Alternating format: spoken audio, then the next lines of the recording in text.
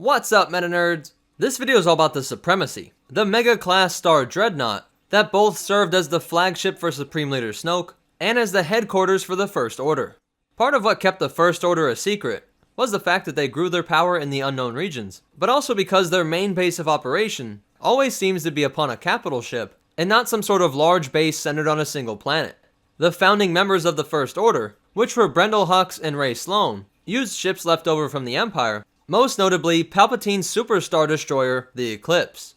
The Supremacy was built by the First Order sometime during what is called the Cold War, where the New Republic ignored warnings from the Resistance, telling them that the Imperial Remnant was growing stronger. The Resistance actually knew about this ship long before the events of The Last Jedi, as there were rumors from different spacers that had encountered it, and it even got the nickname Snoke's Boudoir, which is pretty damn funny, because a boudoir is defined as a woman's bedroom, or their private room, but in French, it literally means the sulking place. A pretty accurate description of the angry man in fashionable robes and slippers. Finn actually spent time aboard the Supremacy when the resurgent class Star Destroyer the Finalizer was docked inside of this enormous ship.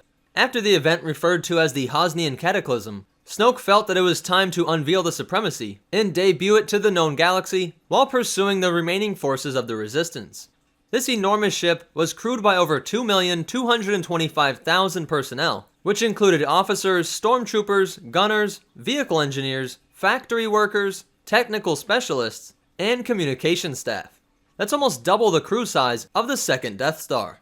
Its complement included an unknown amount of all-terrain Mega Caliber 6 walkers, or the ATM-6, multiple all-terrain scout transports, Snoke's escape craft, which is what Rey used to get off of the Supremacy, and it could fit up to 8 Star Destroyers, with 2 of them docked internally, and 6 of them docked externally, on these triangular docking stations. It also had an unknown amount of Xi-class light shuttles. These are what was used by Finn, Rose Tico, and BB-8 when they escaped the Supremacy.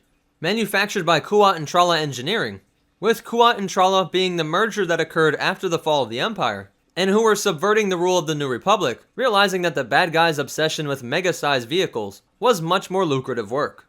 At 13,293 meters, or 43,437 feet, or 8 miles long, you could stretch out 8 Imperial-class Star Destroyers from the rear to the front of this ship.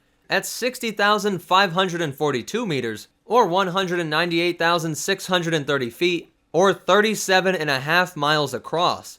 And I want to point out that the amount that I rounded off is more than the whole lengths of other capital ships. This 37-mile distance would make it nearly 4 eclipses across, which was the largest ship used by the Empire. It also makes it so that the second Death Star was only 3.5 times as wide as the Supremacy, and at 3,975 meters, or 13,042 feet, which is about 2.5 miles tall, the Supremacy had a greater height than 10 Empire State Buildings. And with a ship this big, I just want to make a few more comparisons. And if you take its 37 miles across, times its 8-mile length, you get a total of 296 square miles, which is almost half the size of London, and over 10 times the size of Manhattan. And we can even go a step further, and take that 296 square miles, and multiply that by its 2.5-mile height, and you get a rough volume of the Supremacy at 740 miles. And if you say that 1 cubic foot could contain about 4 porg, then I think if you took everything out of the Supremacy, then I believe we're looking at enough room for 15,628,000,000 of these little Octu birds, enough to make a whole bunch of happy Wookiees. But let's go ahead and take a look inside of the vehicle to see where everything was and how it all worked. I'm going to start way out at the left wing and work our way across the Supremacy. At the wingtip was where the communications hubs were located, and then working our way inside, we see that each of the ends of the wings are reserved for top secret laboratories and all kinds of different weapons tests. It is likely that both Starkiller Base and the hyperdrive tracking technology, which we'll talk about in a second, were both at least partially developed in these enormous laboratories. Water and sewage processing plants were located here, and then we can see one of those external Star Destroyer docking stations, where the enormous Resurgent class ships could attach themselves in this groove, and through this pipelines be refueled, and get resupplied from these enormous stores.